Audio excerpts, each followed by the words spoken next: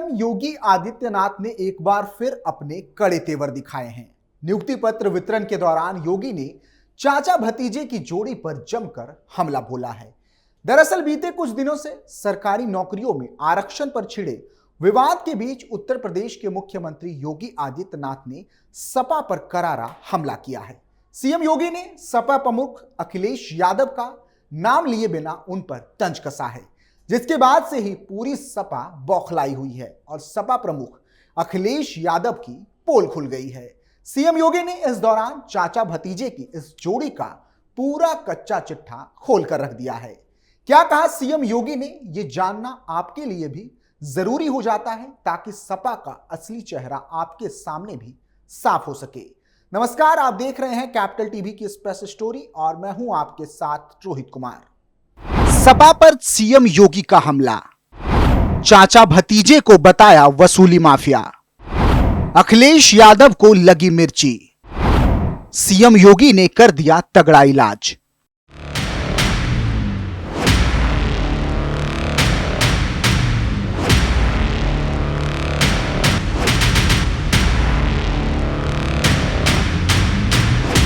CM Yogi Adityanath ने सरकारी नौकरियों में फर्जीवाड़े को लेकर एक बार फिर एक्शन मोड में नजर आ रहे हैं और उनकी रडार पर अब पूर्व सीएम अखिलेश यादव हैं। इसके साथ ही सीएम योगी ने चाचा शिवपाल को भी इसमें घसीट लिया है। सरकारी नौकरियों में आरक्षण पर छिड़े विवाद के बीच उत्तर प्रदेश के मुख्यमंत्री योगी आदित्यनाथ ने सपा पर करारा हमला बोला है। भाजपा ने सपा प्रमुख अखिलेश यादव का नाम लिए बिना उन पर तंज कसा है। उन्होंने कहा, 2017 के पहले भर्ती प्रक्रिया शुरू होते ही चाचा भतीजे की जोड़ी वसूली के लिए निकल जाती थी। योगी आदित्यनाथ के इस तंज को अखिलेश के उस बयान का पलटवार माना जा रहा है जो सपा प्रमुख ने करीब एक सप्ताह पहले दिया था। अखिलेश ने भाजपा पर लगातार आरक्षण के साथ खिलवाड़ करने का आरोप लगाया था। दरअसल अखिलेश ने भाजपा नेतृत्व वाले एनडीए गठबंधन के अंदर आरक्षण को लेकर भड़की आपसी कलह की आग को हवा देने की कोशिश की थी। यह आग भाजपा के सहयोगी अपना दल की सांसद अनुप्रिया पटेल के उस लेटर से भड़की जिसमें पटेल ने ओबीसी और एससी कोटे की नौकरियों को योग्य उम्मीदवार नहीं मिलने के नाम पर सामान्य वर्ग के कैंडिडेट को दे देने का आरोप लगाया था। उत्तर प्रदेश के मुख्यमंत्री योगी आदित्यनाथ ने बुधवार को कहा, प्रदेश में हमने 6 लाख सरकारी नौकरियां बिना किसी भेदभाव के दी। ये नौकरियां आरक्षण के नियमों के तहत दी गई। इसके बाद उन्होंने सपा का नाम लिए बिना सवाल पूछते हुए कहा, साल 2017 के पहले क्या होता था? लेखपालों के पद खाली क्यों थे? भर्ती की प्रक्रिया में लूप होल क्यों थे? भर्ती प्रक्रिया में चाचा भतीजे की जोड़ी वसूली करने के लिए निकल जाती थी। परिवार वालों में जिले आवंटित हो जाते थे, लेकिन अब किसी को सिफारिश की जरूरत नहीं पड़ती। अखिलेश यादव ने 2-3 दिन पहले कहा था कि दिल्ली में जब से भाजपा की सरकार आई है तब से पीडीए के साथ भेदभाव हो रहा है। पीडीए के लोगों को आरक्षण के कारण जीवन जीने का मौका मिलता था, लेकिन अब उस आरक्षण के साथ सरकार लगातार खिलवाड़ कर रही है। अनुप्रिया पटेल की चिट्ठी से क्यों भड़की आग? अनुप्रिया पटेल ने मुख्यमंत्री योगी आदित्यनाथ को लेटर लिखा था। इस लेटर में उन्होंने इंटरव्यू के बाद मिलने वाली नौकरियों में ओबीसी और एससी कोटे के पद जनरल कैटेगरी वालों को दे दिए जाने का आरोप लगाया था। उन्होंने कहा था कि योग्य उम्मीदवार नहीं मिलने का बहाना बनाया जाता है और इसके बाद पिछड़े दलितों की नौकरी सामान्य वर्ग को दे दी जाती है। हालांकि यूपी सरकार ने अनुप्रिया के दावे को खारिज कर दिया था। बता दें कि सिर्फ सरकारी नौकरियों में दादागिरी को लेकर ही योगी अखिलेश पर हमलावर नहीं हुए। इससे पहले भी कई मौकों पर योगी अखिलेश पर हमलावर नजर आते रहे हैं। लोकसभा चुनाव 2024 के दौरान मुख्यमंत्री योगी आदित्यनाथ ने कहा था कि 2014 के पहले जब जम्मू कश्मीर में हमला होता था तो कहा जाता था कि हमने नहीं, पाकिस्तान ने हमला करवाया। आतंकवादी सीमा पार से आते हैं, हम क्या करें? लेकिन आज कश्मीर में पटाखा भी फटता है तो पाकिस्तान कहता है कि हमने नहीं किया। यह नया भारत है। नरेंद्र मोदी ने आतंकवाद का सामना कैसे होता है करके दिखाया है। मुख्यमंत्री योगी आदित्यनाथ उन्नाव के भगवंत नगर विधानसभा में आयोजित चुनावी जनसभा को संबोधित कर रहे थे।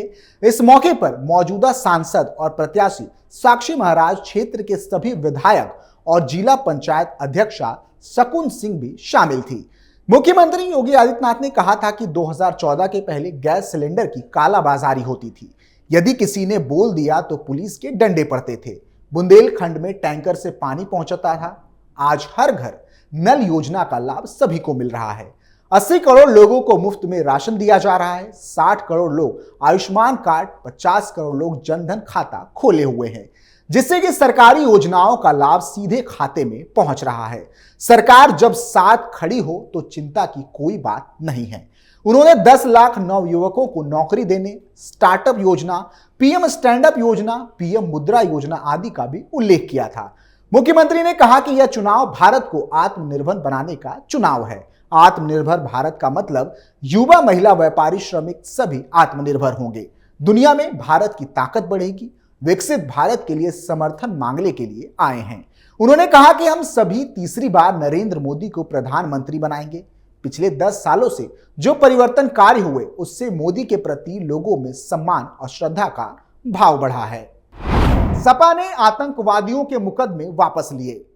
मुख्यमंत्री ने आगे कहा कि 2014 के पहले और बाद की तुलना करें तो जमीन आसमान का अंतर दिखाई पड़ता है। अयोध्या में राम जन्मभूमि, काशी में संकट मोचन मंदिर, मथुरा, काशी, लखनऊ की अदालत, सीआरपीएफ कैंप रामपुर में आतंकवादी हमला हुआ था। समाजवादी पार्टी की सरकार ने इन आतंकवादियों के मुकदमों को बेशर्मी के साथ वापस लेने का काम किया था। ऐसे लोगों को कभी माफ नहीं किया जाएगा।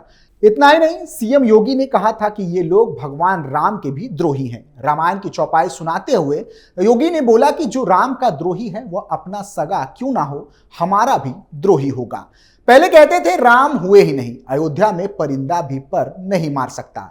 जब आज मंदिर बनकर तैयार हो गया तो उनके सुर बदल गए। कहते हैं राम तो सभी के हैं। इतना ही नहीं, हाल ही में हाथरस सत्संग घटना के बाद अखिलेश यादव का बयान सामने आया था, जिसको लेकर भी सीएम योगी ने अखिलेश की जमकर क्लास लगाई थी। उन्होंने समाजवादी पार्टी के मुखिया अखिलेश यादव पर उनके बयान को लेकर पलटवार किया। मुख्यमंत्री ने कहा कि कुछ लोगों की आदत ऐसी दुखद और दर्दनाक घटनाओं का राजनीतिकरण करने की होती है। इन लोगों का स्वभाव चोरी भी और सीनाजोरी भी होता है। सबको पता है कि सज्जन की फोटो किसके साथ है और उनके किन लोगों से राजनीतिक संबंध है। आपने देखा होगा कि पिछले दिनों रैलियों के दौरान भगदड़ कहां हुई और इसके पीछे कौन था। हमारे लिए यह जानना जरूरी है। जो लोग निर्दोष लोगों की जान से खेलते हैं, उन्हें इसके लिए जवाबदेह ठहराया जाएगा। अखिलेश यादव ने खड़े किए थे सवाल। गौरतलब है कि हादसे के बाद मंगलवार शाम को समाजवादी पार्टी के मुखिया अखिलेश यादव ने हाथरस कांड को लेकर बीजेपी सरकार पर काफी सवाल खड़े किए थे। उन्होंने कहा था कि प्रशासन ना तो भीड़ का अनुमान लगा सका और ना ही हादसा हो जाने के बाद एम्बुलेंस और इलाज की सही से व्यवस्था कर पाया। अखिलेश ने सीएम योगी के हाथरस दौरे पर भी सवाल किया था। उन्होंने कहा था कि मुख्यमंत्री के हाथरस चले जाने से पीड़ितों का दुख कम या खत्म नहीं हो जाएगा। भोले बाबा को अरेस्ट किए जाने को लेकर जब उनसे सवाल किया गया तो उन्होंने कहा कि किस बाबा को अरेस्ट कराओगे, यहां पर दो बाबा हैं। अखिलेश का कहना था कि हाई लेवल जांच से भी कुछ नहीं होने वाला। केंद्र और राज्य दोनों में ही भारतीय जनता पार्टी की सरकार है। उन्होंने यह भी सवाल किया कि भीड़ बढ़ती देख प्रशासन अलर्ट क्यों नहीं हुआ। जानकारी के लिए बता दें कि हाथरस के सिकंदर राव इलाके के फुलरई गांव में मंगलवार को नारायण साकार विश्वहरि के नाम से फेमस भोले बाबा के सत्संग में काफी लोगों की भीड़ पहुंच गई थी। कार्यक्रम खत्म होने के बाद बाबा के पैर छूने के लिए लोगों के बीच भगदड़ मच गई। लोग एक दूसरे को कुचलते हुए आगे बढ़ने लगे। इस घटना में करीब 121 लोग अपनी जान गंवा चुके हैं, वहीं कई लोग घायल हो गए। उनका हाथरस, एटा और आसपास के जिलों में इलाज कराया जा रहा है। लेकिन सपा और बीजेपी के बीच जुबानी जंग अब भी जारी है। फिलहाल के लिए इतना ही। आप देखते रहिए कैपिटल टीवी उत्तर प्रदेश। नमस्कार।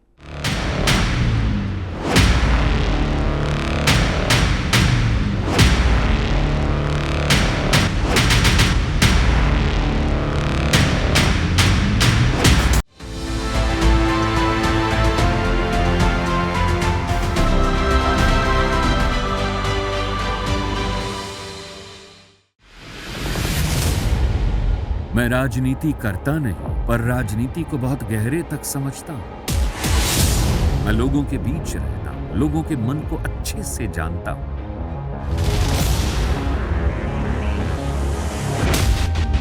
पब्लिक और पॉलिटिक्स की हर नब्ज को खूब पहचानता हूं। संघर्ष की सियासत से सत्ता के सिंहासन तक मैं हर खबर से खरा सच निकालता हूं। ना कोई दौड़, ना कोई race. Capital T, Uttar Pradesh.